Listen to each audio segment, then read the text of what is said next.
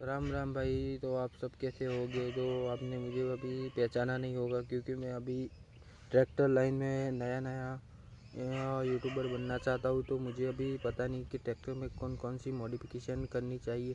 तो प्लीज़ आपके पास जो ट्रैक्टर की कुछ जानकारी हो कि कैसे मॉडिफाई कर सकते हैं तो कृपा करके मुझे कमेंट में ज़रा बताना कि मुझे अभी कुछ नहीं पता। ठीक है, तो कमेंट ज़रूर करना कि हमें ट्रैक्टर में कौन कौन सी मॉडिफाई करनी चाहिए।